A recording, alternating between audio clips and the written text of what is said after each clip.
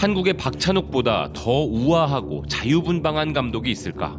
최근 영국의 가디언이 영화 헤어질 결심에 대해 평점 만점 별 5개를 부여하면서 박찬욱 감독에 대해 내린 평가입니다. 프랑스 칸느 영화제에서 감독상을 수상한 것을 시작으로 현재 전 세계 매체들의 극찬을 받고 있는 박찬욱 감독인데요. 영화를 좋아하는 전 세계 사람들 중에 모르는 사람은 거의 없다고 해도 무방할 정도로 세계적으로 연출력을 인정받은 영화 올드보이로 각인되어 있는 그가 새로운 색채의 영화를 들고 나온 것에 놀라움과 감탄을 보내고 있는 것이죠. 현재 이 영화는 제95회 미국 아카데미 시상식에서 국제장편영화 부문 한국영화 출품작으로 선정되었는데요. CNN은 영화 헤어질 결심에 대해 당신의 인생에 필요한 다음 한국 드라마라고 평가하였고, ABC 호주는 오스카상을 수상한 기생충부터 오징어 게임의 폭발적 성공에 이르기까지 한국 대중문화는 최고의 순간을 보내고 있다면서 이제 다음 주목할 영화로 헤어질 결심을 소개했으며, 엔터테인먼트 위클리는 올드보이 박찬욱 감독의 신작 헤어질 결심이라는 새로운 스릴러는 영화 기생충 이후 한국의 가장 큰 영화 수출이 될 것이라면서 큰 기대감을 표출하고 있습니다. 이렇듯 봉준호 감독은 물론 박찬욱 감독을 위시한 뛰어난 작품성을 인정받은 우리나라 감독들을 볼 때면 그 자부심은 이루 말할 수 없습니다. 그리고 작품성은 물론 대중성과 오락성도 인정받는 것이 대한민국 영화들이라는 점을 빼놓을 수 없는데요. 이렇게 지금 전 세계에서 영화하면 빼놓을 수 없는 국가가 된 대한민국. 하지만 그 중에서도 대한민국이 최고로 잘 만든다는 과거에는 상상도 못했던 장르가 두 가지 있습니다. 먼저 그 첫 번째는 바로 좀비물입니다. 좀비물은 한국이 최고인 것은 물론 이와 관련한 영화 제작을 더 이상 할리우드가 아닌 한국이 해내고 있다는 놀라운 소식인데요. 영화 드라마 리뷰 매체 더 리뷰 기익은 이에 대해서 할리우드와 서양 문화는 워킹데드, 지네이션, 월드워 Z, 레지던트 이블과 같은 인기 있는 좀비 영화와 드라마로 입증된 것처럼 좀비물과 함께한 오랜 역사가 있다. 그러나 최근 몇 년 동안 할리우드 좀비 영화와 시리즈의 인기가 떨어지고 시청자들은 그 이유로 캐릭터와 스토리라인의 발전 부족을 꼽았다. 반면 아름다운 출연진과 독특한 사운드 트랙, 인상적인 패션, 문화적 매력, 관객을 사로잡는 놀라운 스토리를 가진 한국 영화계가 지금 전 세계를 장악하고 있다.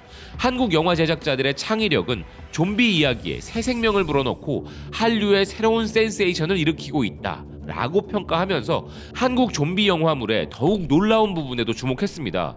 좀비는 한국 전통 민속의 일부가 아니기에 이 장르에서의 성공을 더 눈에 띄게 만든다.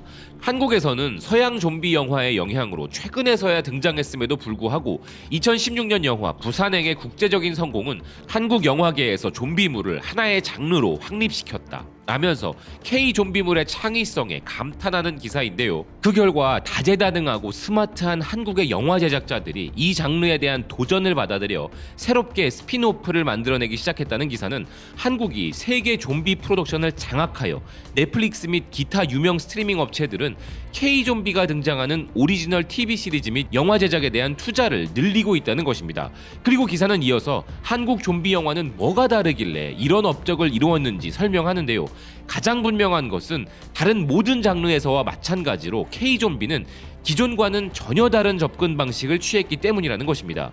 K-좀비는 뼈가 부러지는 모션과 피 묻은 메이크업 등으로 친숙한 좀비 캐릭터에 독특한 액션과 빠른 움직임으로 관객들을 매료시켰고, 사극물 좀비라는 중세 좀비를 포함하여 다양한 유형의 좀비를 도입하기도 했으며, 좀비에 맞서 살아남으려는 다양한 사회계층의 사람들을 모아 이들이 함께 협력하게 만들 뿐 아니라 영화에 총기류를 등장시키지 않고 엘리트 병사, 좀비를 막기 위한 높은 벽 등 좀비 영화나 시리즈의 친숙한 요소들도 모두 제거했다는 것인데요. 또한 한국 좀비 영화는 인간의 감성과 공감대를 활용하는 방식을 취하는데, 2022년 시리즈인 지금 우리 학교는 팬데믹으로 인한 사회 붕괴 위기 속에서 출시되었고, 작품 속 캐릭터들의 경험을 관객의 경험에 맞닿게 하여 공명시켰다는 것입니다. 또한 K-좀비 시리즈와 영화는 사회적 불의에 대한 비판에 거침없다면서 K-좀비물들은 오늘날 글로벌 세계와 관련된 주제를 다루고 계급투쟁, 도시화와 고립, 정부의 부패와 같은 문제에 대한 비판마저 제공한다는 것인데요. 그리고 기사는 이어서 K-좀비가 최고인 마지막 이유를 설명하는데, K-좀비가 인기를 끄는 또 다른 이유에는 뛰어난 영상미가 있고, 한국의 다른 모든 장르와 마찬가지로 K-좀비 스릴러는 멜로에 크게 의존하며, 그렇게 서구 영화에는 존재하지 않는 감정을 불어넣는다는 것입니다. 또한 주인공이 가족과 뿔뿔이 흩어지면서 스릴과 미스터리를 더하고 캐릭터의 취약성, 절망, 고통을 잘 드러내며 현실 세계에서 영감을 얻어 공포 속에서 희망을 불러일으키는 매우 재미있는 영화를 만든다는 것인데요. 그리고 기사 말미에 현재 한국 좀비 스토리의 엄청난 성공을 감안할 때 K-좀비 관련 영화 및 TV 시리즈의 제작은 계속 늘어날 것이 분명하다고 예측했습니다. 개인적으로 좀비물을 즐기는 편이기에 대부분의 서구권 좀비물은 다 봤다고 자부하는데 한국 좀비 영화들은 분명 그들과는 또 다른 매력과 특색을 가졌다 자부할 수 있습니다. 하지만 한국이 K-좀비 외에도 기가 막히게 잘하는 장르가 하나 더 있다고 하는데요. 미국의 엔터테인먼트 매체 헐리우드 리포트는 한국 영화가 아메리칸 필름 마켓 AFM에서 특히나 범죄물 장르를 지배하고 있다는 기사를 보도하였습니다. 아메리칸 필름 마켓은 미국 영화 마케팅 협회가 1981년에 설립된 이후 전 세계 70개국에서 7,000명이 넘는 영화 관계자들이 참석하는 연례 행사인데요. 지금 그곳에서 한국 영화의 독보적인 힘을 체감할 수 있다는 것입니다.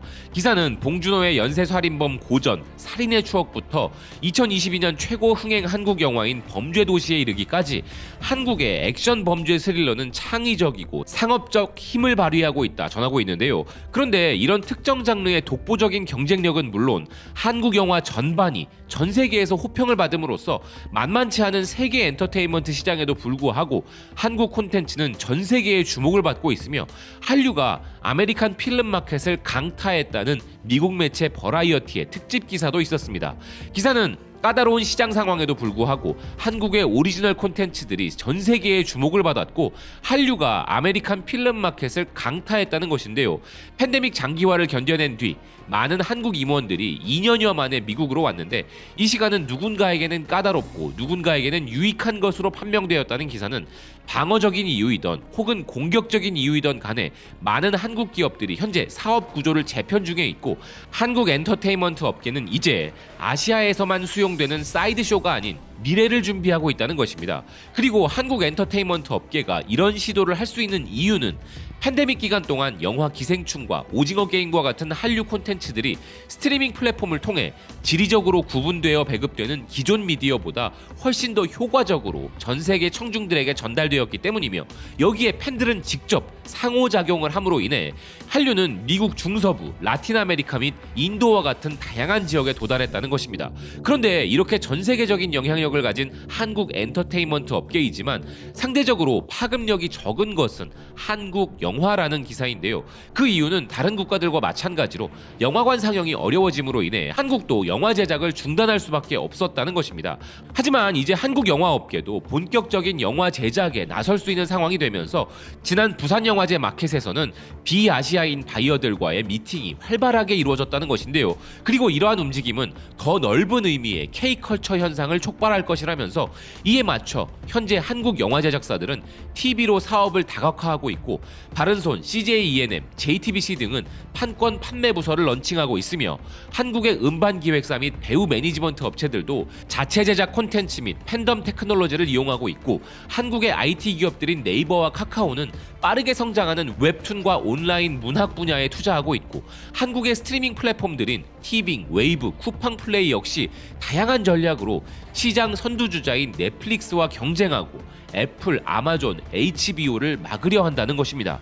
콘텐츠 유통망 혁신과 유튜브와 SNS의 빠른 최적화로 성공한 K-팝, 스트리밍 플랫폼들의 등장으로 인한 새로운 콘텐츠 소비 방식의 시대에 최상급의 품질과 가성비 높은 콘텐츠로 장악력을 키운 K-드라마, 그리고 이제는 전 세계 영화 소비 방식의 변화에도 맞춤 전략을 구축 중이라는 K-무비들과 웹툰들까지 끝없이 진화해 나가고 있는 자랑스러운 대한민국의 대중문화인데요.